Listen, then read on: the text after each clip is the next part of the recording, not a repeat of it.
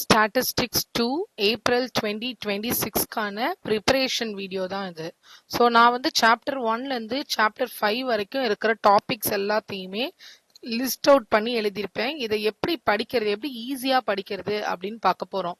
So மொத்தமாக பார்க்கும்போது இது ஏதோ கஷ்டமான ஒரு கான்செப்ட் மாதிரி இருக்கும்.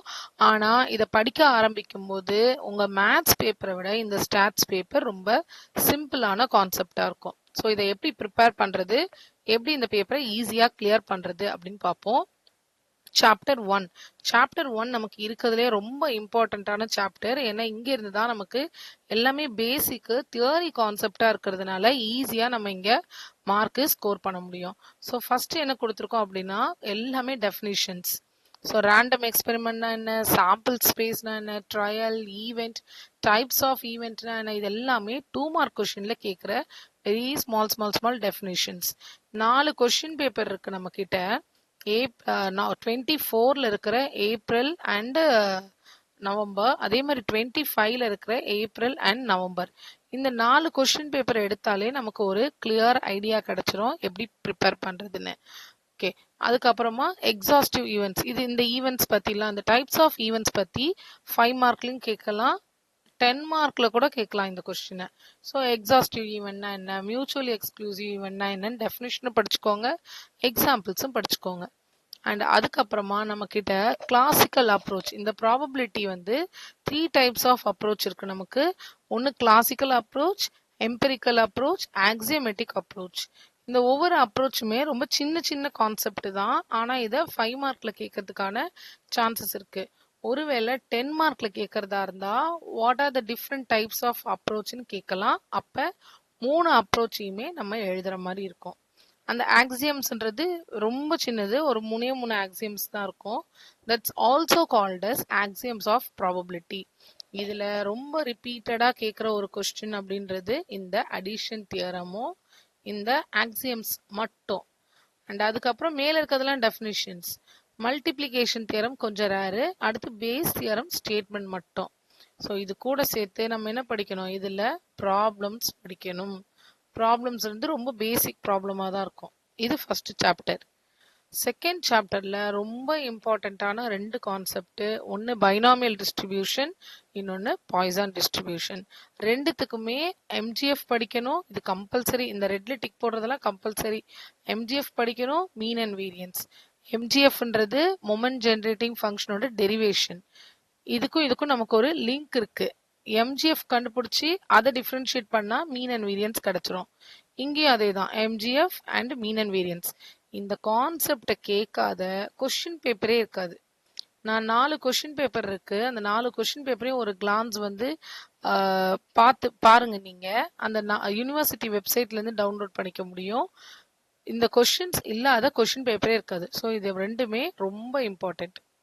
இது இல்லாம பேசிக்கான டிஸ்கிரீட்ல சம்ஸ் கேட்கலாம். பட் இந்த ரெட் டிக் போட்டது எல்லாமே நமக்கு ரொம்ப இம்பார்ட்டன்டான கான்செப்ட். அடுத்தது யூனிட் 3ல நார்மல் டிஸ்ட்ரிபியூஷன்ல ப்ராப்பர்ட்டிஸ், மீன் அண்ட் வேரியன்ஸ், இதுல ப்ராப்ளமே கேட்பாங்க.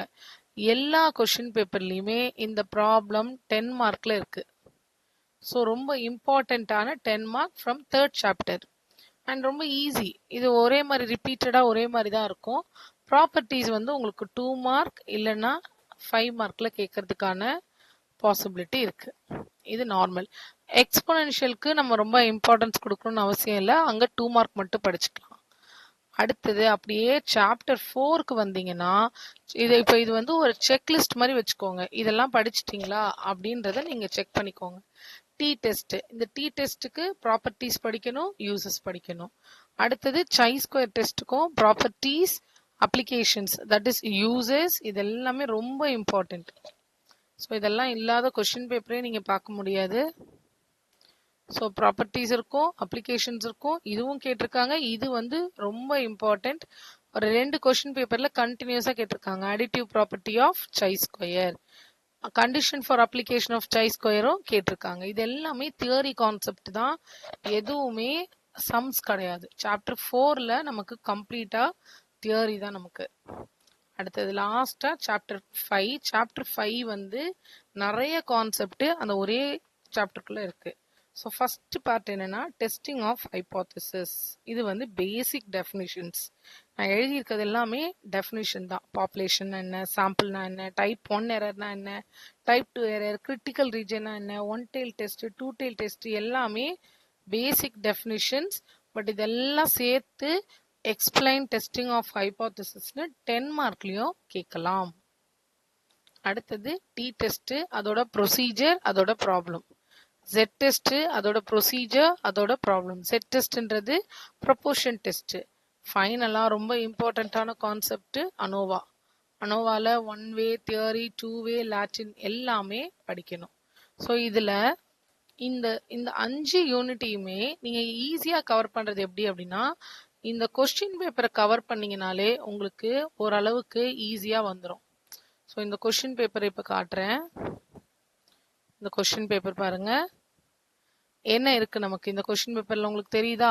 ஸோ இந்த கொஸ்டின்ல ஒரு நார்மல் டிஸ்ட்ரிபியூஷன் கொஸ்டின், அடுத்தது what is chi square distribution, அடுத்து ஒரு அனோவா கொஸ்டின். இதெல்லாம் வந்து 10 மார்க் கொஸ்டின்ல கேட்டிருக்காங்க. அண்ட் அடுத்தது 5 மார்க்ல என்ன கேட்டிருக்காங்கன்னு பார்க்கலாமா?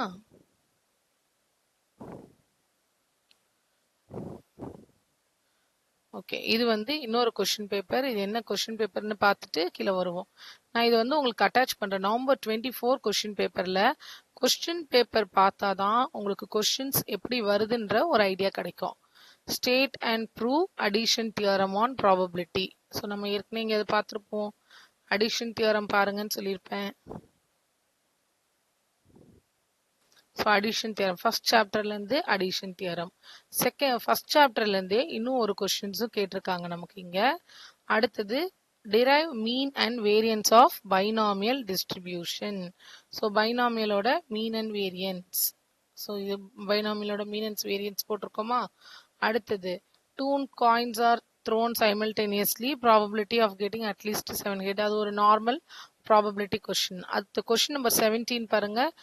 MGF of normal distribution, properties of chi square, procedure for proportion. இது எல்லாமே தியரி.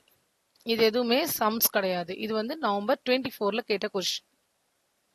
அடுத்தது இங்க பாருங்க.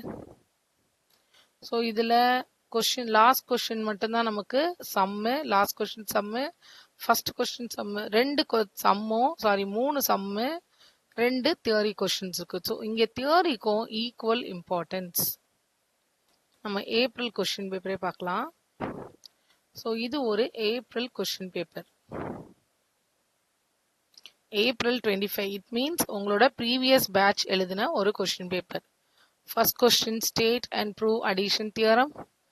ஃபர்ஸ்ட் யூனிட்லேருந்து இன்னொரு கொஸ்டின் நார்மல் ப்ராபபிலிட்டி. செகண்ட் யூனிட்லேருந்து MGF of binomial, mean and variance of Poisson. So இங்க வெயிட்டேஜ் எப்படி கொடுத்துருக்காங்க பாருங்க. ஃபர்ஸ்ட் யூனிட்லேருந்து 2 கொஸ்டின், செகண்ட் யூனிட்லேருந்து 2 கொஸ்டின். அடுத்தது ஃபோர்த் யூனிட்க்கு போயிட்டாங்க. Application of chi square, procedure for testing single mean ஒரு தியரி கொஸ்டின். அடுத்தது sample mean, standard deviation, sample சைஸ்லாம் கொடுத்து ஒரு டி டெஸ்ட்டுக்கான கொஸ்டின். சம் இது வந்து நார்மல் டிஸ்ட்ரிபியூஷன். இது எல்லா கொஸ்டின் பேப்பர்லயும் இந்த மாதிரி ஒரு சம்மும் நீங்க பார்க்கலாம்.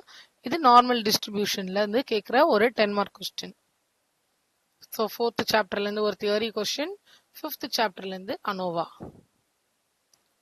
ஸோ 5th சாப்டர்ல அனோவா சம்மாவும் கேட்கலாம், இல்லைன்னா இந்த மாதிரி தியரியாவும் கேட்கலாம். கொஸ்டின் நம்பர் 24 பாருங்க. Write the theoretical procedure for testing more than population means using ANOVA. So அனோவாவோட தியரட்டிக்கல் ப்ரொசீஜரை எழுத சொல்றாங்க. ஸோ இப்படியும் கேட்கலாம். ஸோ இங்கேயும் ஒரு நார்மல் கொஸ்டின் கொடுத்துருக்காங்க. நீங்க ஃபர்ஸ்ட் 4 கொஸ்டின் பேப்பரையும் தரவா இருந்தாலே மினிமமா 30 மார்க் எடுக்கணும் அப்படின்றவங்க கண்டிப்பா எடுத்துடலாம். ஸோ ஃபர்ஸ்ட் 4 கொஸ்டின் பேப்பர் தரவு பண்ணிக்கோங்க. அடுத்தது என்னெல்லாம் கான்செப்ட்ஸ் மிஸ் ஆயிருக்கு, இது வந்து above 50 எடுக்கிற ஸ்டூடெண்ட்ஸ் எல்லா கான்செப்டையும் ப்ரிப்பேர் பண்ணுங்க. டல் ஸ்டூடெண்ட்ஸ், ஆவரேஜ் ஸ்டூடெண்ட் தான் நான் பாஸ் ஆகிறதே கஷ்டம்னு நினைக்கிறவங்க 4 கொஸ்டின் பேப்பர் தரவு பண்ணுங்க. அதுவே உங்களுக்கு பாஸ் மார்க் ஈஸியா கிடைச்சிடும். All the best.